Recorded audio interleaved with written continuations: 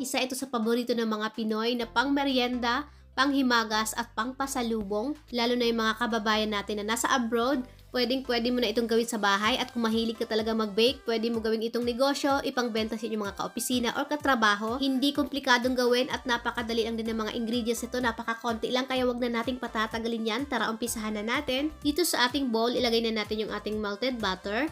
Ayan, unsalted yung ginamit ko dito. Kapag ka nandyan kayo sa Pinas, pwede kayong gumamit ng kahit anong brand or yung butter cup guys, pwede nyo gamitin yon. Nilagay ko na rin yung ating egg, sugar, condensed milk, at saka yung vanilla. Tips ko lang guys, kapag ka gumagawa tayo ng mga bars, mas maganda kung melted butter yung gagamitin natin. Mas moist, dense, at saka chewy yung ating bars. Hahaluin lang natin ito or i-mix lang natin ng mga 2 to 3 minutes hanggang sa mag-well combine lang yung ating liquid ingredients. Then sasalain naman natin ngayon yung ating mga dry ingredients, all-purpose flour, powder milk, at saka yung ating baking powder.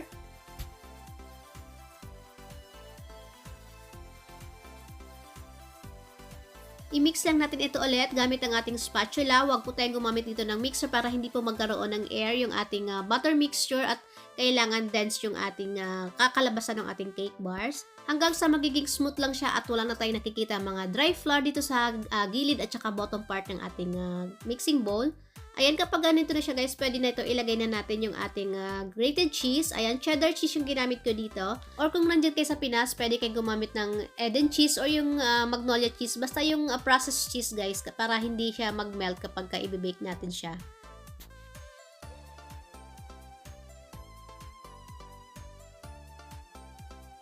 Ilagay na natin ngayon yung ating butter mixture dito sa ating baking pan. Nag-grease lang pala ako dito ng konting butter. Then naglagay ako ng baking paper.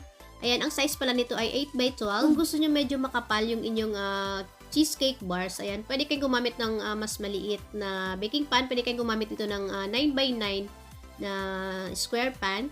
Ako kasi gusto ko yung parang cheese stick yung dating niya, kaya medyo malaki yung baking pan na ginamit ko dito. Then yung ibabaw naman, lagyan din natin ng grated cheese. Ayan, para mas masarap, mas cheesy yung ating cheesecake bars. Then nag-add pa ako dito guys ng maliliit na cubes ng cheddar cheese sa ibabaw para mas gusto ko yung kapag ginuya natin siya or kinakagat natin siya, may nangunguya tayong chunks ng cheese. Pero ito naman ay optional lang guys. Pwede yung grated cheese lang yung ilagay nyo. I-bake na natin ito ngayon sa ating naka-preheat na oven ng 170 degrees Celsius ng 35 to 40 minutes. Depende po sa inyong baking pan na gagamitin. Ito sa akin 8x12. So, 35 minutes ko siyang binake. Kapag medyo makapal yung inyong cheesecake bars, mas mahaba yung baking time natin. After 25 minutes pala na baking time guys, nag-add ako dito ng grated cheese pa sa ibabaw para yung hindi masyadong brown lahat yung cheese natin. Pero again, ito ay optional lang. Pwede na kayo hindi mag-add. Pinalamig ko pala ito muna guys, then tinakpan ko siya ng aluminum foil, then nilagay ko muna sa chiller ng 35 minutes bago ko siya kinat. Gaya ng sinabi ko nakaraan sa mga previous video natin, kapag gumagawa tayo ng mga bars, mas maganda talaga guys pagka nalagay muna natin sa chiller or malamig siya kapag ikakat natin siya, kasi mas napapansin ko rin yun, mas chewy at saka mas moist yung kakalabasan ng ating bars. Ikat na natin siya ngayon. Ayan, depende na sa inyo guys. Gusto nyo yung parang square type yung cheesecake bars nyo or ganito yung parang cheese stick siya.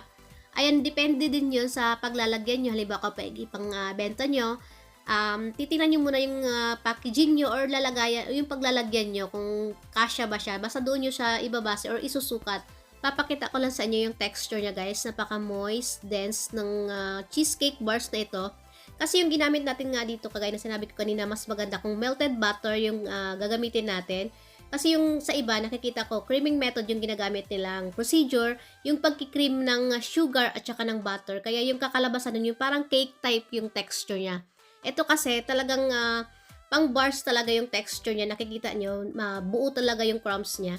Ayan, meron tayong packaging dito. Pwede nyo siyang ilagay dito, naka-individual siya. Nabili ko lang dito sa Orange App. Ayan, then meron din tayong isang lagayan dito. Pwede nyo siyang ilagay din na by 6. Ilagay nyo siya sa box. Ayan, meron ako ditong transparent din na clamshell ata yung tawag dito. Basta, kagaya ng sinabi ko kanina, kapag nag-cut na kayo ng inyong bars, nagdedepende yun sa paglalagyan nyo ng packaging nyo. Ayan, ito kasya dito yung 6 na piraso. Basta tips ko lang din guys, kapag ka nakat nyo na yung bars, kailangan nalagay nyo na siya sa packaging or nabalot nyo na siya para mapanatiling fresh, moist yung inyong cheesecake bars. And meron din ako ditong isang klase or style ng packaging. Ayan, marami din ito sa Orange app na nabibili. Try kong hanapin yung link nito guys. Matagal ko na kasi itong nabili. Bali, apatan din siya. Ayan, pwede natin siyang ibenta nitong ganitong packaging. Maganda rin ito pang pasalubong ganitong nakalagay dito sa ganitong plastic guys. Napaka-cute niya. Then mag-add na lang kayo ng logo sticker nyo. At syempre, hindi mawawala yung tikiman time. Titikman na natin ngayon yung ating ginawang cheesecake bars. Ang ganda ng texture niya. Hindi siya yung parang cake type na yung parang mabubulunan ka kapag kinain mo. Sobrang creamy, napaka-cheesy, napaka-moist at dense nung cheesecake bars na ito. At nakaka-addict siyang kainin guys. Kaya kung na-miss mo itong ganitong delicacies or pangpasalubong ng mga Pinoy, gawa na lang kayo sa bahay guys. At kayang-kaya nyo itong gawin. Napaka-simple lang ng ingredients niya. At saktong-sakto ito sa kape. Ang shelf life pala nito guys, sumatagal siya ng 3 to 4 days sa room temperature or sa table nyo lang siya ilagay. Then, 7 to 10 days naman kapag nasa chiller siya. Basta ang importante, maganda yung packaging niya. Dapat naka-airtight container or yung hindi siya napapasukan ng hangin para hindi siya mag-dry.